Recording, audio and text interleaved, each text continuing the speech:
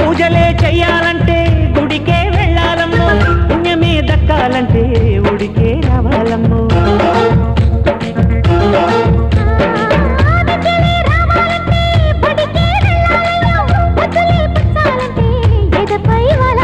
చిన్నారి బుక్కల్లో పొన్నారి పొంగుల్లో చెయ్యేసి తడితే ఎలా ఎలా ఎలాగుంటది,